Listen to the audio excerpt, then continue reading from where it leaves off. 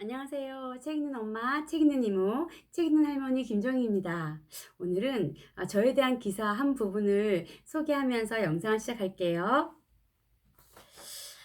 책 읽는 집 아이디 달라져서의 전저자 김정희 씨 집에 들어서는 순간 낯설음이 느껴졌다. 거실의 주인처럼 턱 버티고 있어야 할 TV를 찾을 수 없었기 때문이다. TV가 사라진 거실에는 책으로 가득 찼다. 책장은 한쪽 벽면을 넘어 주방까지 침범해 있었다. 거실 탁자에는 도서관에서 빌려온 책 20여 권이 어지럽게 널려 있었다. 초등학교에서 막 돌아온 아들 준거리는 학교에서 오자마자 미니 의자를 듣고 책장 맨 육칸에 꽂혀 있는 책 한 권을 빼들었다. 책 읽기는 준거리에게 일상인 듯 보였다. 이렇게 책을 많이 읽으니 아이들이 얼마나 공부를 잘할까? 그래서 책도 펴낸 거 아닐까? 걸핏하면 우리 아이 이렇게 공부시켜 특목고 보냈다는 식의 책이 범람하고 있기에 김정희 씨도 공부 잘하는 아이를 둔 잘난 부모일 거 생각했다. 김 씨는 손사래부터 쳤다. 네.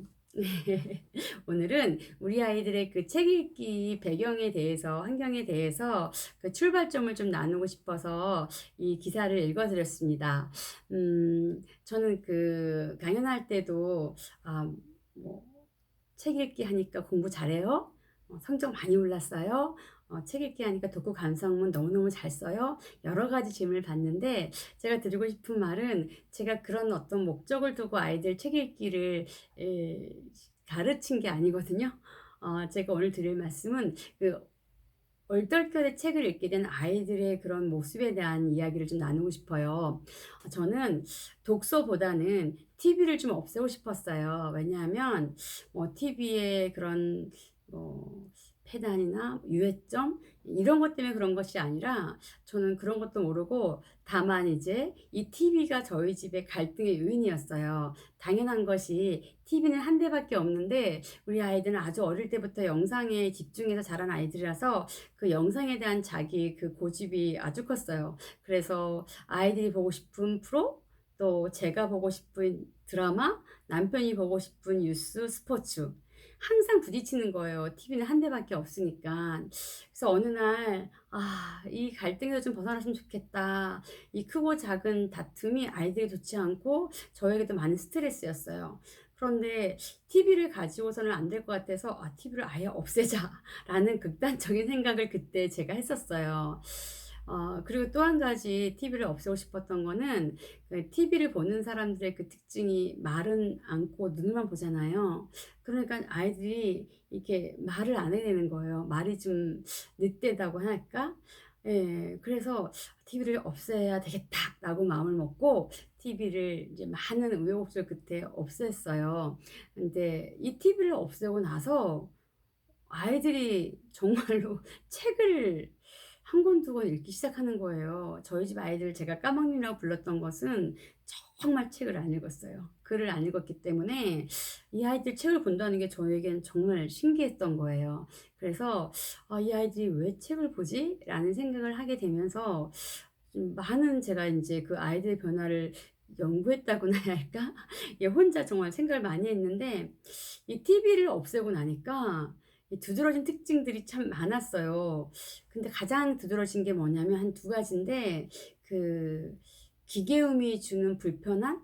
예, 그 사라지고 아주 고요함, 적막감 이런 것들이 저는 아이들에게 약간 평안함을 주었고요. 두 번째는 주체할 수 없을 정도로 남아도는 시간의 여유.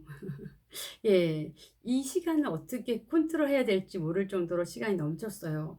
이 저녁밥을 먹고 나면 한참이나 지난 것 같은데 시계를 보면 9시가 안 된 거예요. 이 TV를 볼 때는 잠깐 돌아섰는데 설거지도 안 했는데 9시가 넘어가지고 예, 그랬는데 이 시간이 멈춰 있는 느낌? 예, 어머니 또 외할머니 저한테 우리 옛날 얘기 해주실 때마다 옛날에 깊고 깊은 밤에 이렇게 시작하셨거든요. 예, 깊고 깊은 밤, 길고 긴 밤을 제가 경험했습니다. 예, 그렇게 남아도는 시간들, 또 고요함이 주는 평안함, 예, 그 가운데서 아이들이 그냥 책을 한 권, 두 권 읽기 시작했어요.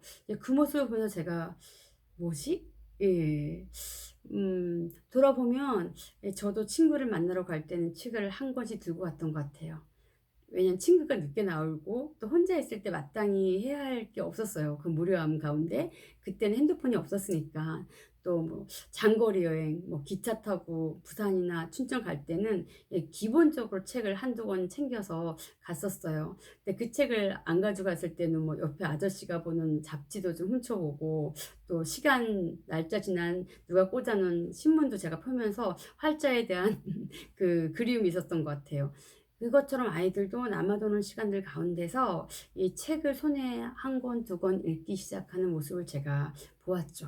예, 그러면서 저는 전문가는 아니지만 독서에 대한 지식도 없고 공부한 적도 없지만 이 독서에 대한 필요 충분 조건이 무엇이냐고 이제 많은 분들이 물으실 때 제가 우리 아이들을 보면서 느낀 거는 예, 그 무료함, 여유, 심심함이 아닐까.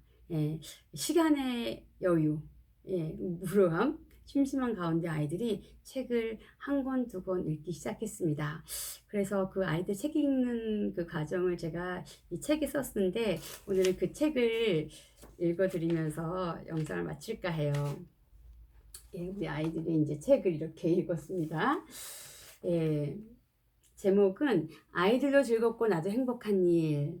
TV가 없는 거실의 썰렁함을 채우기 위해 의미 없이 한 권, 두 권 갖다 놓은 책들을 아이들이 보기 시작했다. 아이디어가 떠오른 건 순간이었다. 거실을 서재처럼 만들어 볼까? 이 작은 변화는 까막눈이었던 아이들에게 길을 알려주는 이정표가 되었다. 그동안 우리 집에 없던 책이 갑자기 생긴 것도 아닌데 어느 날부터인가 아이들이 책을 펼쳐보기 시작했다. 책을 읽게 하라고 뾰족한 방법을 쓴 것도 아니고 읽으라고 강요한 것은 더더욱 아닌데 아이들이 자꾸자꾸 책을 한 권, 두 권 읽기 시작한다. 네.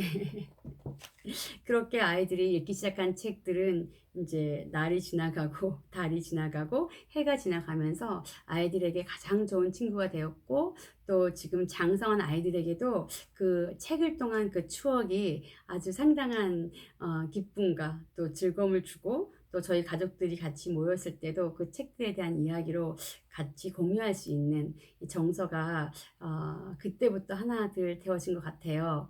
오늘은 우리 아이들이 이 책을 시작하게 된 읽기에 그 배경을 말씀드렸습니다. 그래, 이 책 읽기를 통해서 아이들이 많은 변화가 이제 시작되기 시작했는데요. 예, 그 이야기는 다음 편에 다시 하고요. 오늘도 영상 봐주셔서 너무 감사합니다. 고맙습니다.